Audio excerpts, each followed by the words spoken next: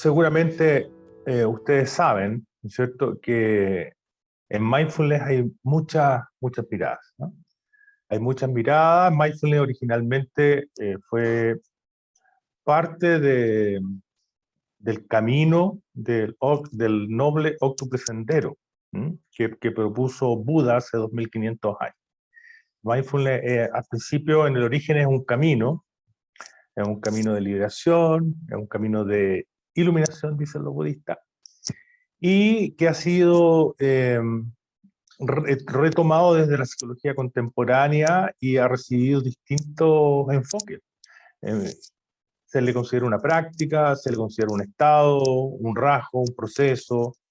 A veces se habla de los mecanismos y a veces se habla del constructo mind. Hoy día vamos a hablar un poquito de los mecanismos mindfulness y del constructo mind. Cuando hablamos de mecanismos de acción del mindfulness, nos referimos a aquellas palancas o aquellos vectores que son los que explican en mayor medida los efectos del mindfulness. ¿Por qué el mindfulness funciona? Esa es la pregunta. Funciona porque hay ciertos mecanismos que están siendo activados, y desde el bagaje de investigaciones que es enorme que tenemos actualmente, se ha profundizado en 4 mecanismos principales, que son el control de la atención, la conciencia corporal, la regulación emocional y los cambios en la perspectiva del self. Estos mecanismos han sido identificados a nivel de los reportes subjetivos de los practicantes, pero también a nivel de los efectos en el funcionamiento, estructura y metabolismo del cerebro. Entonces tienen una doble validación. Por un lado, el registro fenomenológico de la experiencia en primera persona, y por otro lado, la data objetiva que aparece desde los estudios de la neurociencia.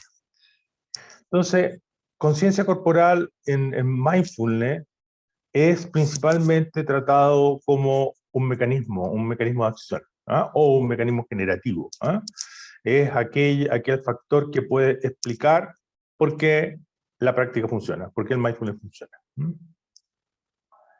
En términos muy generales, estos 4 mecanismos han sido vinculados al aprendizaje socioemocional, principalmente el control atencional y la regulación emocional han sido muy estudiadas, ¿cierto?, en su relación con las competencias o habilidades socioemocionales, y bastante menos en los cambios en la perspectiva del self y la conciencia corporal, que es donde queremos compartir con ustedes un punto de vista. Un punto de vista. Básicamente, a lo que apuntamos es a un aprendizaje socioemocional encarnado. Vale decir que integre la conciencia del cuerpo.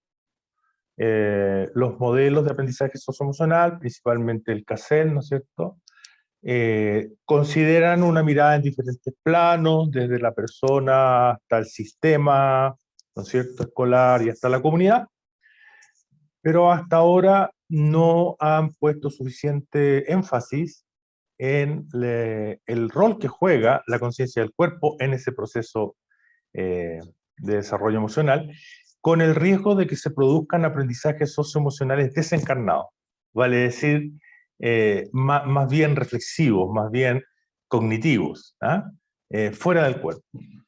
Y nuestra propuesta es precisamente movernos hacia un aprendizaje socioemocional encarnado. ¿Cómo estamos definiendo actualmente la conciencia corporal?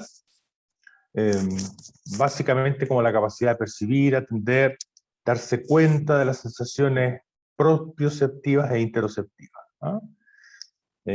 También como un proceso emergente que surge a partir de esas aferencias propioceptivas e interoceptivas. Nosotros queremos detenernos en esta segunda definición como proceso emergente, ¿cierto?, en el cual los componentes que juegan en una interacción para producir la conciencia del cuerpo son principalmente las experiencias interoceptivas y propioceptivas, o sea, las sensaciones internas, viscerales del cuerpo, y las sensaciones del movimiento, de la postura del cuerpo, propiocepción e interocepción. El movimiento mismo como en acción, o sea, como movimiento percibido, y la atención. ¿No? Y queremos agregar otro elemento más en esta mirada, que no nos restringimos, o sea, esta conciencia corporal no se restringiría a una conciencia del sujeto, de un individuo, sino que sería una conciencia más extendida, una conciencia en que hay una participación de una comunidad educativa, de un territorio específico donde esa comunidad educativa ejerce una acción colectiva. Y aquí les queremos invitar a conversar, a reflexionar sobre este aspecto, ¿no?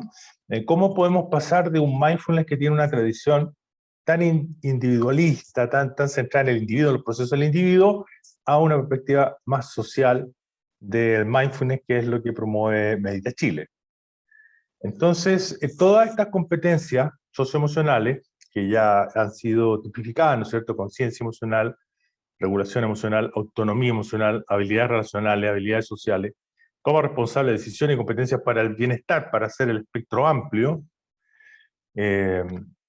están arraigadas entonces en una conciencia corporal, pero también acopladas a una acción colectiva de una comunidad educativa que participa de esa conciencia corporal en un territorio específico.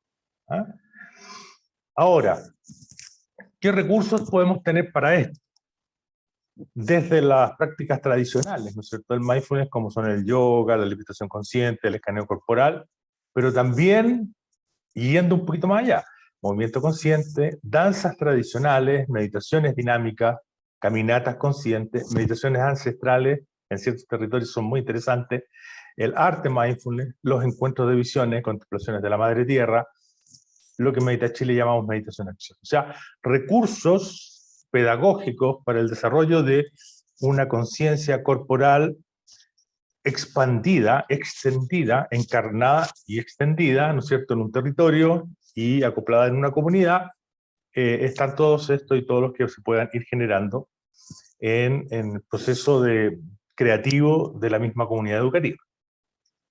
Ahora, esta mirada nos trae un desafío, que es la construcción o la recreación de una pedagogía de la conciencia corporal. ¿Sí? No es cualquier pedagogía. O sea, necesitamos un marco ético, un marco político, un marco ontológico, un marco epistemológico y un marco metodológico que sean coherentes, que tengan esa mirada más amplia, ¿no es cierto? Que pudiera uno tal vez referirla al construccionismo social, a esos marcos de referencia o epistemológicos. Finalmente, quiero recordar un sutra de la conciencia del cuerpo de Buda, ¿cierto? Para como ejemplificar el contrapunto que estamos proponiendo desde una mirada de cognición corporal encarnada, extendida, integrada. Este sutra, ¿no es cierto?, habla de la conciencia que tiene el monje de su propio cuerpo, una conciencia exterior y una conciencia interior, una conciencia proprioceptiva, una conciencia interoceptiva. Y cómo el monje contempla esa conciencia del cuerpo, contempla esa realidad del cuerpo, ¿no es cierto?, sabiendo y recordando que hay un cuerpo, y manteniéndose independiente, sin aferrarse a nada del mundo, y así es como, dice Buda, un monje permanece sentado en el cuerpo en sí mismo. Entonces el contrapunto que queremos hacer es que es precisamente la salida desde esta tradición más centrada en la persona, en el individuo, a una mirada más amplia, más colectiva, más comunitaria, que es lo que ha estado proponiendo también Cassell. ¿Ah? Cuando Cassell contextualiza el desarrollo de las habilidades socioemocionales, finalmente termina hablando de la comunidad. Y cómo la comunidad se puede hacer parte de esto también. Eso, encantado y felices de compartir sobre este tema tan interesante. Muchas gracias, Marcia.